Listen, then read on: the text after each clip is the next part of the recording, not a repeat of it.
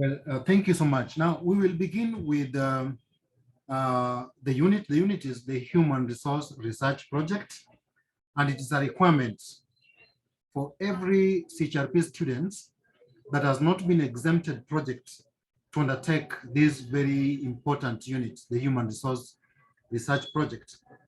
Now, project is about the problems that exist in the society. And normally we are called upon to provide solutions. And remember, we are researchers. At one point or the other, you might have learned that you need to provide solutions at workplace, and that requires you to collect data. That requires you to investigate issues surrounding the different situations that we experience at our workplaces. This could be an area on recruitment. It could be an area of HR audit. It could be an area on performance. It could be an area on investigating about practices, the best practices that you have to consider as a human resource person at your workplace. So you have got a problem at workplace and you have to provide problems, solutions at workplace. How do we go about this? This requires us, as we all are aware, that we have to collect data. The data that we will be collecting will be based on either the actual or primary data that is our own data at workplace. That is to say, you'll be employing the different tools, you'll be employing different methodologies. You develop questionnaires, for example, you conduct interviews, you can do observation for you to come up with your own personal data. Or better still, you can rely on data that is available in the internet, that is secondary data. So all these are the different types of data that you'll be using to conduct your research or to provide solutions to the problem. We'll be relying majorly on the primary data, which is the researcher's own data, or the secondary data, which comprises of data that had been collected and assembled by a third party, not by yourselves. And we can vastly get this through the internet. We can get this through the journals, the different books, the newspapers, and so on. Name them. We've got a lot of secondary data, and that is why you are required that once you have got an idea that you want to investigate, an idea that will form your problem, you must then go ahead and look at the different perspectives that have been put in place by the different researchers that have existed before. These you must collect through the different journals. If it is a problem on recruitment, you must do your study on the previous works on recruitment, at least 5 journals. Go through these 5 journals. This will be able to help you to navigate around your problem that you have come up with, the idea, and then hence enable you to come up with a paper that you will be able to table in terms of the research paper. That is what you are required to do. Now, normally you are required to brainstorm and come up with an idea. This idea is what will form your topic. That is why we begin by presenting our topics. So on the cover page or the first page, you will have a research topic. You will have a research topic. In other words, before you begin on anything, you must come up with a topic. But before that, I would just like to let you know that a research proposal is totally different from a research project, because a research project comprises of all the topics, right from topic 1 to topic 5. A research topic, or rather a research project which is complete, must have 5 chapters. Chapter 1, which comprises of the introduction. Chapter 2 comprises of the literature review. Chapter 3, we've got the research methodologies, the methods that we'll be using. Chapter 4, we have got the findings, and then finally we have the closing chapter, which comprises of the recommendation. We shall get through each one of them later on as we'll be progressing with our work. But for the purposes of doing a research proposal, You are not required to do, to go through all these chapters. You are only required to develop a paper that will give us an idea of what you want to do, the kind of roadmap that you want to follow. That is what a proposal needs to cover. So a proposal majorly will include 3 topics. Topic 1 being the introduction, topic 2 being the literature review, topic 3 being the research methodology. And another thing which makes the proposal to be slightly different is proposal is used for the purposes of giving you a go-ahead as to whether you are on the right track, or you need to make adjustments, or you need to change your topic all the same. Maybe because your research questions or areas are not coming out clearly. So you might be advised to select a different topic. That is the purpose of a proposal. It is that which leads you to the final project. Another reason as to why you need to do a research proposal is because it will enable you to acquire a permit. NACOSTI is the body that issues permit for anybody who wishes to do a research, whether you are in the academic arena, whether you are just investigating about a problem and you would want to come up with solutions, whether you are a foreign student or a citizen of the Republic, you are required to have a permit. This is what will give you an authority, and this is what will pave way for you. It will make your work easier. Whichever places that you have selected as your cases, the companies, the sectors, the different organizations that where you want to do your project, you will be able to proceed if you have a permit. So it is what gives you a permission to proceed with this work. So proposal will serve those 2 reasons. One, it will give you a clear cut of what you want to do and give you a nod as to what you are doing is right or not right, so that we can make amends on the areas where we feel you are not doing well, or to enable you to get a permit. Because through the NACOSTI portal, there are a lot of steps that you'll have to go through. And one of the requirements in these steps is that you have to upload a research proposal. So it is not the detailed part of it, just a brief, but it has to encompass some very key and critical components that will qualify it to be a proposal. And one of these is the cover page. On our cover page, you are required to have a title, you are required to have the name you are presenting, who is presenting, the name, your HS number or your index number, but in this particular case, you'll be required to indicate your HS number. You'll also be required to indicate the detail. What are you presenting? Are you presenting a project, or are you presenting a proposal? To which examination body, for which department, which institution? Another thing that you'll be required to indicate here is the series. And just to like to make to let you know what I mean by this, sharing the cover page that gives us a clear description of what I'm just explaining to you, so that you get to understand what exactly I'm talking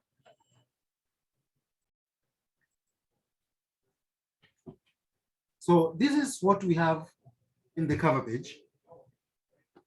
Hope you can see my screen. Can you see what I'm sharing? Are you able to see what I'm sharing?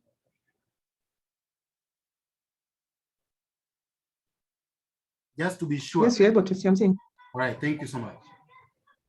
So like in this case, we have a proposal, and the topic here is the impact of human resource management practices on employee satisfaction in the financial sector in Kenya. A case of Kenya Commercial Bank, Garissa. Now, a topic must state the problem under investigation. And this is, I want to look at the impact of human resource management practices. What impact do the human resource management practices have on the employee satisfaction? That is my area where I want to investigate. Now, in which sector will my study be based? The sector is the financial sector. And in which country in particular? In Kenya. So it must be presented and it must clearly indicate the problem. It must clearly indicate the sector as well as the country where your project will be undertaken. And apart from that, you must get down, you must narrow down now to the case. Where will your work be based? My work in this particular case will be in Kenya Commercial Banks.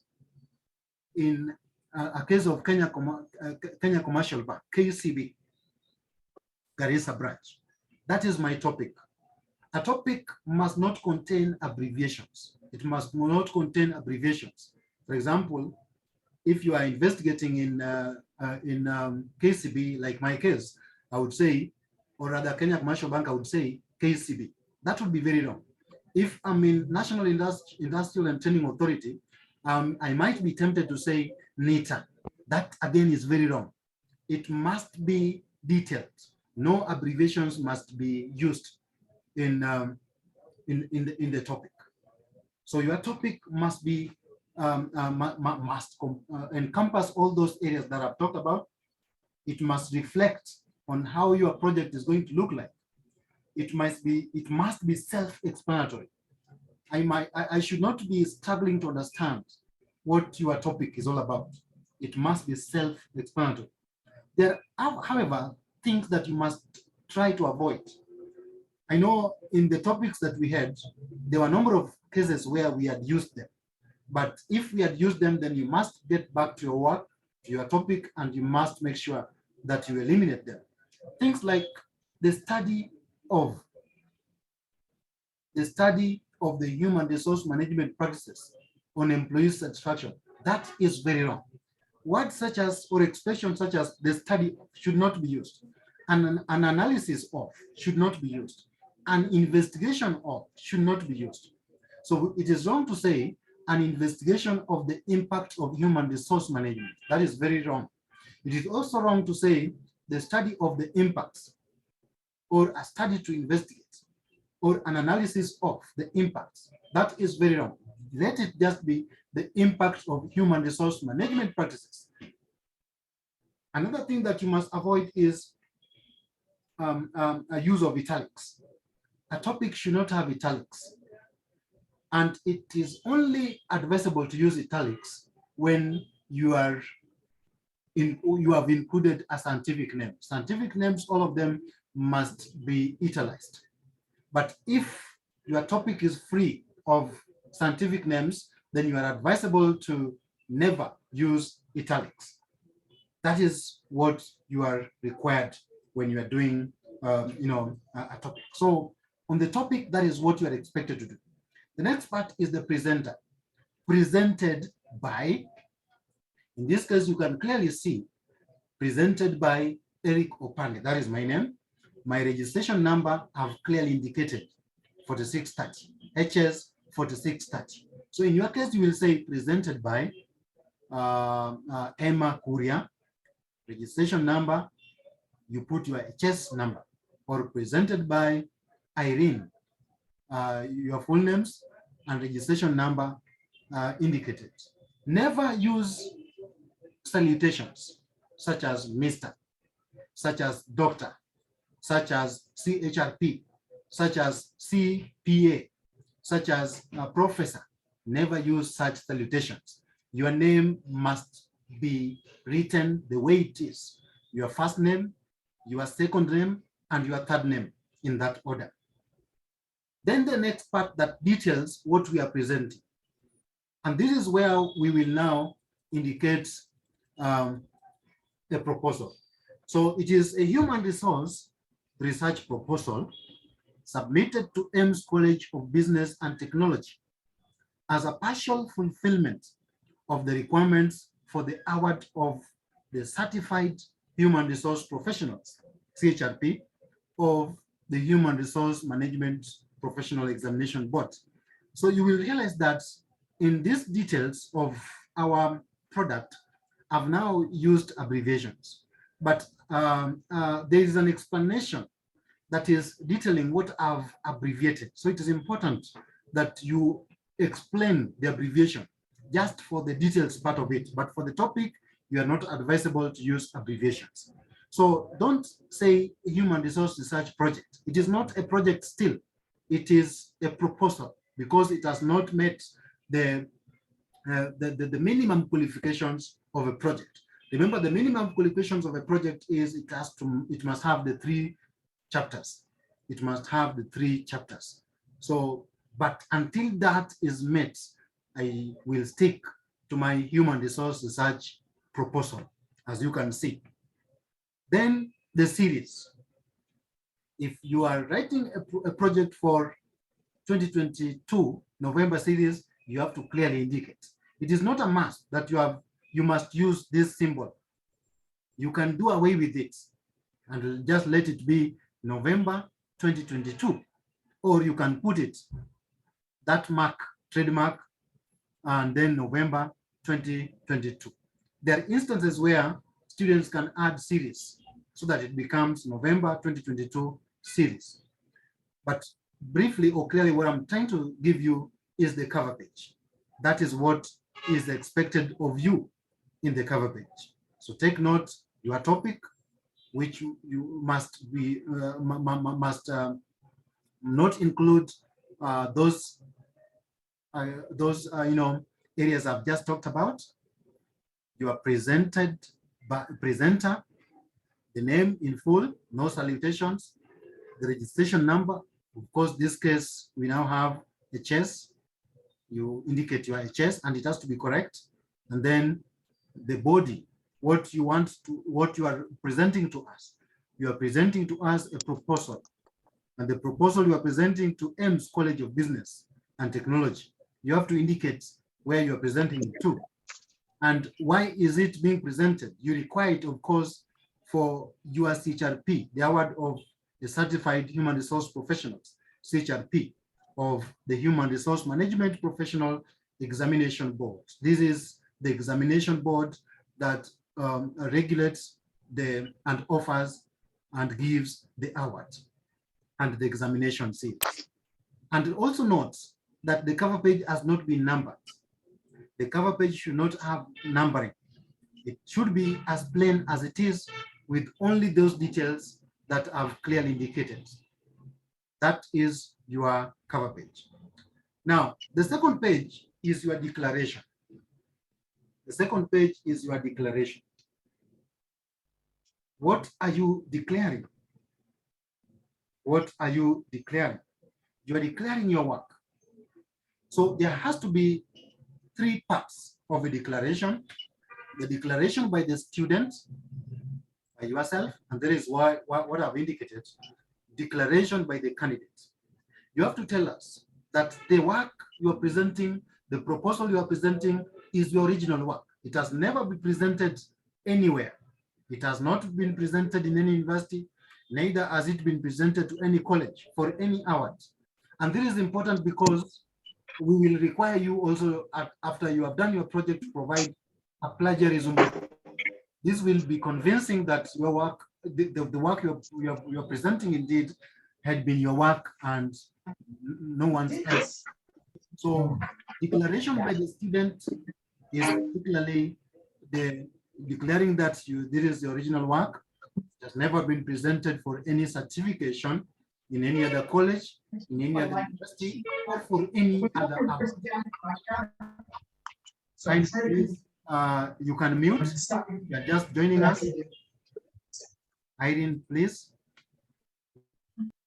Thank you.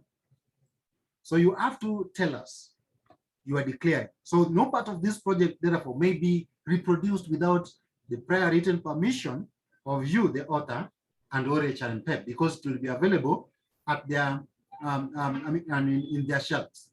It will be available both at the directories of the HRMPEP as well as by yourself. You will have it. So then you tell us your name, of course, first of all, there has to be a signature, there has to be a date, which has to be signed, and the date of presentation indicated, name has to be indicated, a chest number has to be indicated, the registration number has to be indicated. That is the first part of the declaration. The second part of the declaration is declaration by the supervisor. And this is where we have the supervisor that there is such project or proposal being submitted for the examination, has gone through his approval. He has approved. And then you have to indicate, just provide where he or she will sign, the date and the name in full. In this case, Eric Opande, that will be your supervisor. The college, name of the college is Ames College of Business and Technology. That is the declaration by the supervisor. So it has to be provided and it has to be signed. Declaration by the principal. Your supervisor in this case happens to be your principal. So this will be the same. The name of the supervisor and the name of the college will be the same.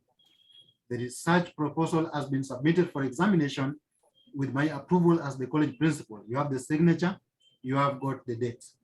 That is page 2, the second page, the declaration page. One unique thing about this page is that this is where the numbering now starts. And as you can see, we have got numbering in Romans, and this is Roman 2.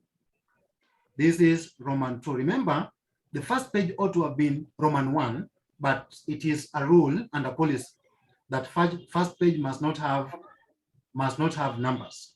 So it is somewhere at the back of our minds that it is Roman 1, but should not be indicated that it is Roman 1.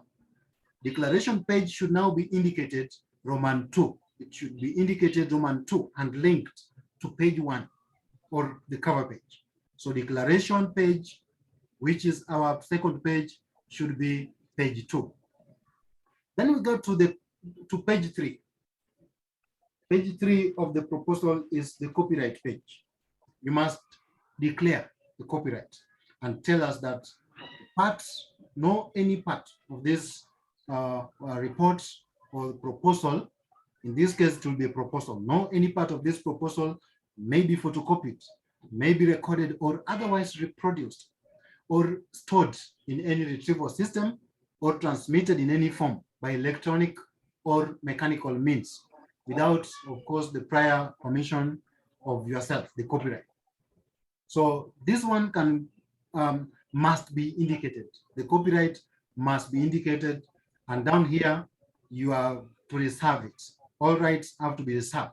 As you can see, there's a copyright sign, copyright by Eric Opande, 2022. All rights reserved. That is page 3, and you can see it is continuation of Roman of second page, which is now page 3. That is now page 3, Roman 3.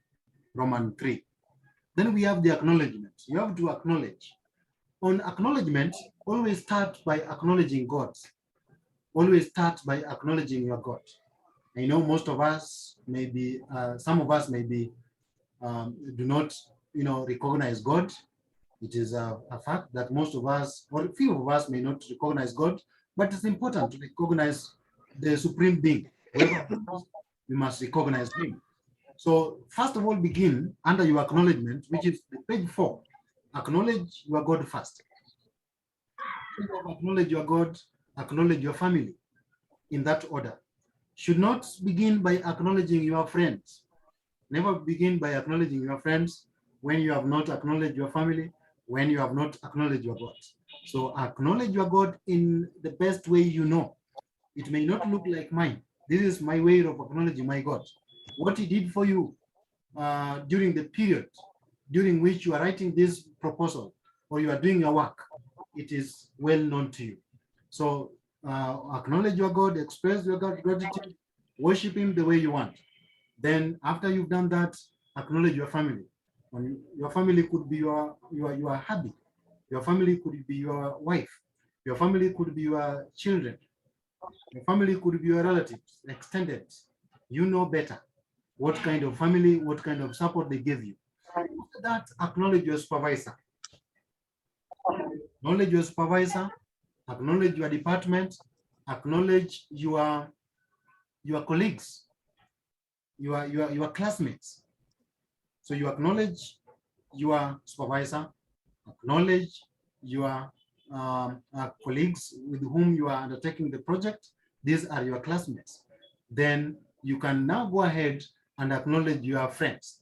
The friends here could be those with whom you are with at the same organization, your workmates, your boss, and then lastly, any other person who may have contributed to your work. Could not be your friend, but at least this input that they make on your work, you will end by recognizing them and acknowledging them. That is what you are expected to do under the acknowledgements. So acknowledgement, remember, you begin with your God, go to your family, get to your school, that is your supervisor, your classmates, then proceed further, acknowledge your workmates and any other person who may have contributed to the success or development of your proposal or your work. That is page 4. After that, you will have a table of contents.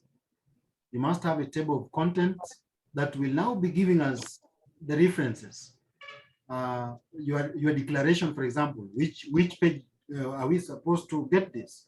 The copyright, where do we expect it? Acknowledgement, where do we expect it? So the table of contents is also very key and must be provided. As you can see, that was my table of contents. That was my table of contents, which clearly show my declaration and all the components of my work. All the components of my work. That one will be generated automatically. If you are familiar with the word, table of contents is normally generated automatically. Should not give you a problem, provided you have done your work correctly, you have chosen your headings correctly, the table of contents will be generated. If you generate it, it will just come automatically, but it should occupy a page after the acknowledgement. That is the most important thing. Having done that, you need to get to the next. After table of contents is the list of tables. Remember, the proposal, your project, whatever it is, will have tables. So here is where you will tell us, my table 3.1 or whatever it is, the numbers, was population of study. You can find it in page 31. My table 3.2 is sample size distribution. You will find it in page 33. My table 4.44 employee compensation is in page 41. That is what you will need to tell us on the list of tables. So your list of tables must appear in that format. And remember, the numbering are still Roman. The numbering are still Roman. So from the declaration, I will let you know when the Roman numbering will stop. I will let you know when the Roman numbering will stop. But for the list of tables, still we are still on Roman numbers. After list of tables, we move on to the list of figures. The list of figures. The list of figures, the first one would be the conceptual framework. The conceptual framework. A conceptual framework is simply a model that explains the variables that you are studying in your project. A variable is simply a quantity which changes. A quantity which, when subjected under some various conditions, will change. And that is what we call a variable. There are two types of variables. We have got dependent variable and independent variable. A dependent variable relies on other variables for it to change. In other words, it cannot change on its own, but it relies heavily on the pressure or on the changes of other variables, which are called independent variables, which must first of all change for it to be able to change. That is what we call, variables. So the variables will be indicated on the conceptual framework. In my case, for example, I have got the impact of human resource management practices on employees' satisfaction in the financial sector. In this case, my independent variable, which will be depending on others, are the human resource management practices. This will keep on changing as a result of changes in other variables. So it is these variables that I want to, study. I want to investigate. I want to, identify them, and I will call them independent variables. So on your right hand side, will be the dependent variable. Then on the left hand side will be an independent variable. I'll be able to show you how that looks, but for the meantime, just taking you through what I mean by what we should have under the list of figures. So under the list of figures, the first one will be the conceptual framework. Then you have the rest of figures. Now you'll be giving us the figures depending on how they follow one another, as well as the pages in which we can find them. That is the list of figures that must follow the list of tables. After the list of figures, you'll have the list of abbreviations and acronyms. Tell me, in your study throughout, from the topic one, from the first page up to the last page, there could be abbreviations and acronyms that you use. For example, I used HRM. What does it mean?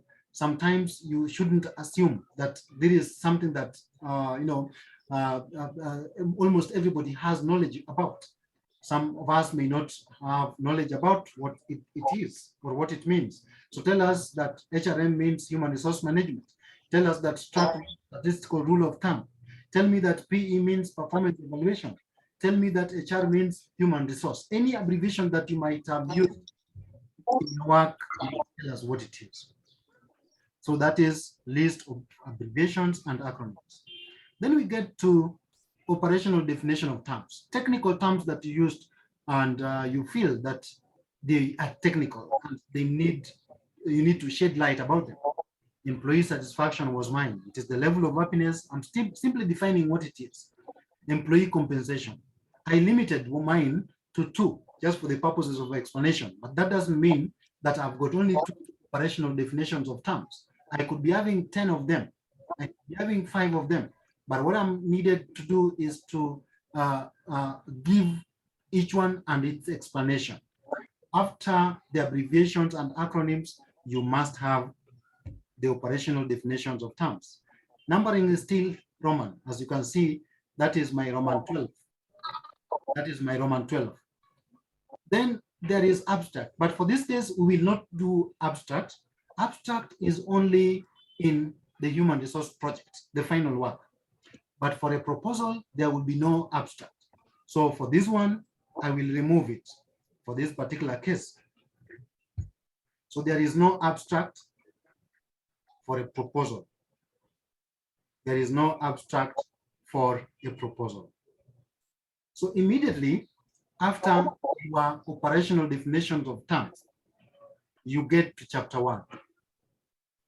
Immediately after your operational definition of terms, you get to chapter 1. And this is where the Roman ends. From chapter 1, we expect to see 1. So numbering after chapter 1 is from number 1. Number 1, and it should be centered at the bottom. Should be centered at the bottom. The spacing that will be used entirely for your project should be 1.5 or 2. 1.5 or 2. The style is new, or rather Times New Roman. The style is Times New Roman. I know we have got our favorite styles. We have got our favorite. Some of us prefer Taroma. Some of us Arial, whatever it is. For the purposes of writing project, it is Times New Roman. So chapter 1 is a part of a project proposal. What does it contain? It contains introduction. In the introduction, you simply introduce the chapter. Tell us what we expect to see in the chapter. For example, according to what I have, my work, my chapter simply seeks to explore the background of the study. I'm going to explore here the background of the study. In other words, chapter 1 must contain the background. Chapter 1 must contain the research problem statement. Chapter 1 must contain the objectives of the research study. It must contain the research questions of the study. It must contain the significance of the research study, the scope of the research study, and the limitations to the research study. I will share with you the format after this because you may not be able to write it down. But those are some of the things that you need to introduce under the introduction. Simply say this chapter seeks to explore on the background of the study. The background of the organization, of course, is very important. The research problem statement, general objectives, specific objectives, research hypothesis, significance, and so on. Every other thing that you need to include under chapter 1, you will be introducing them. Then the first one is background to this research study. Just take a look how we have numbered background. Background is 1.1. Background must start with 1.1 of the research study. The background of the research study tell us what your project is all about. The background of your research study should tell us what your project is all about. And you are going to describe what it is, tell us to know the genesis. Where did the problem start, for example? Where did this problem start? Give us the specific gaps that you consider to be the root problem. Why you are coming up with this topic. What are the gaps that have never been dealt with before that has prompted you to come up with this? That is what you need to tell us on the background. And it should be, for the purposes of your proposal, should be 1.5 pages. Should be 1.5 pages. Should be a maximum of 1.5 pages. So it can be 1 page, it can be 1.5 page. Talk about also the global perspective of the problem. If it is recruitment, talk of the global perspective of recruitment. If it is performance evaluation, talk about the global perspective of performance evaluation. Then come to the local. The local now would be specific to some specific organizations. And this will rely on some work that had been done before. That is the background of the research information. Then 1.2. 1.2 now is your 1.2 now is your statement of the research problem. But before you get to the statement of the research problem, there is 1.11. 1.11. 1.11 should come under background to the research study. That is why it is 1.11. 1.1, remember, was background to the research study. And because this is under background to the research study, I call it 1.11. Anything which is not under background of the research study will be 1.2, which is something else. So 1.11 is the profile of the organization. My organization was Kenya Commercial Bank. Tell us about Kenya Commercial Bank. When did it start? How many employees? Where is it situated? What are some of the kind of practices that they had with regards to the area of study? What is the total population that you want to investigate? What about their branches in the whole country? That is what you have to tell us about the organization. Each one of us has an organization, and that is your case. So that will form the profile of the organization. After that, you go to the research problem statement. Why do you conduct this problem? Remember, this is largely drawn from the background. This one is drawn from the background. Tell us about the problem. Tell us about the research gaps. And in most cases, draw from past studies. Draw from studies.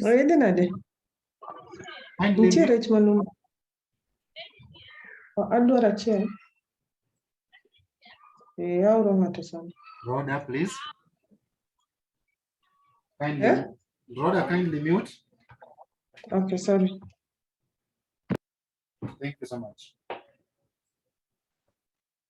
Now, having gone through that, the background of the research study, the statement, and then under the background, remember there is 1.11, which is the profile of the organization. And then after 1.1, we moved to 1.2, which is the statement of the problem or the problem statement. Then after 1.2, we moved to 1.3. 1.3 is the objective of the research study. What is the objective of your study? Remember, the objective of your study is divided into two. We have the general objective and the specific objectives. The general objective is simply the topic. Your topic, the way it is, will form the general objective. My topic was to determine the impact, or rather the impact of human resource practices on employee satisfaction in the financial sector in Kenya, a case of Kenya Commercial Bank, Garissa branch. But an objective must begin with two. That is why I've said the general objective of this study was two. So in this case will be, you will tell us the general objective of your proposal was or will be, because it should, because you have not conducted the research yet. You are simply telling us, you are insinuating of what you are intending to do. So your general objective will be two, in case of your proposal, will be to determine the impact of human resource practices on employee satisfaction in the financial sector in Kenya. In case of Kenya Commercial Bank, Garissa branch. That is according to my topic, as per my topic. That will be my general objective. Then apart from this, and before you get to the specific one, remember your dependent variable is drawn from the general objective, and it is what will largely dependent on others, and it will be dependent on the specific objectives, which now becomes 1.32. So we've got 1.3, which is objectives of the research study, then 1.31, which is the general objective, then 1.32, which is now the specific objectives. For me to be able to understand, to investigate this problem, there are those issues that will be guiding me. Them I call the specific objectives. So my study will be guided, because I'm intending to undertake it, will be guided by the following specific objectives. Number one, I want to establish how employee compensation affects the employee satisfaction.